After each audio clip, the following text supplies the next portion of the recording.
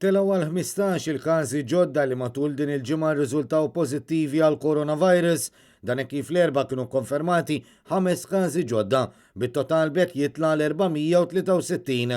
Minnaħa l-oħra, 36 persuna fihom il-virus fl-aħħar sigħat biex in-numru ta' dawk li fiequ tela l-339.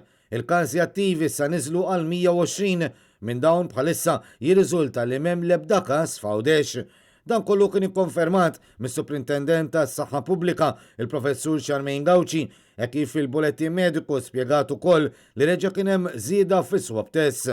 Fil-fatt, fl-aħħar sigħat saru 1207 testijiet biex it-total ta' swabs li saru sissa tela l-31,736.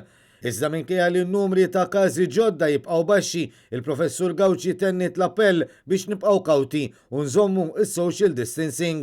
Is-sitwazzjoni qiegħda tajba kif inhi li aħna qiegħda tkun hekk minħabba l-isforzi kollha li qegħdin jiġru minħabba l-kooperazzjoni tal-pubbliku fejn qegħdin naraw li bħala kunċett qegħdin dejjem inżommu social distancing. Il-5 każi ġodda huma ta' Filippin ta' 41 sena u Sudanis ta' 33 sena, 2 residenti fil-komunità u 3 Maltin, raġel ta' 49 sena, mara ta' 27 sena u mara ta' 52 sena. L-aħħar 2 persuni ma kienu qed iħossu l-ebda sintomu. Fil-fatt il-Maltija ta' 27 sena ir-riżultat pożittiv għal testijiet li sarula qabel operazzjoni li kellha skedata u l-mara ta' 52 sena ir-riżultat pożittiv mill-programm ta' screening li tnieda fl-aħħar jiem. Dan kif l-awtoritajiet lokali qed jagħmlu testijiet fuq persuni li mingħajr ma jafu u mingħajr ma jridu qed ixerdu l-virus fil-komunità bla ma jħossu l-ebda sintomu. Mistoqsija dwar jekk l-awtoritajiet lokali tas-saħħa u xaraw il-possibilità li l-Ajruport Internazzjonali ta' Malta jerġa' jkompli bil-ħidma tiegħu fil-futur qrib.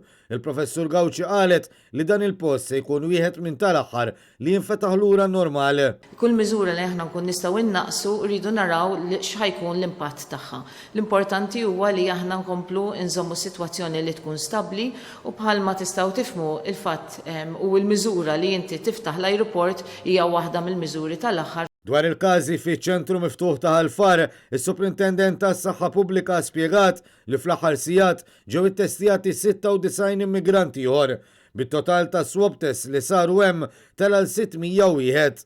Minnhom 48 persuna riżultaw pożittiv, b'7 jirriżultaw negattiv minn testijiet ulterjuri li sarulhom fl-aħħar jiem. Il-perjodu ta' kwarantina f'dan iċ-ċentru suppost kellu jispiċċa l-ħamis. Madankollu la darba l-aktar każi riċenti kienu 3 dan il-perjodu estiż. Sa dan it-tant 3 il-Pulizija ħarġu 33 multa lil persuni li kienu miġbura fi gruppi ta' aktar minn 3. Dawk li jeksu din id-direttiva tas Suprintendent tas-Saħħa Pubblika qed jiġu multati 100 euro kull wieħed.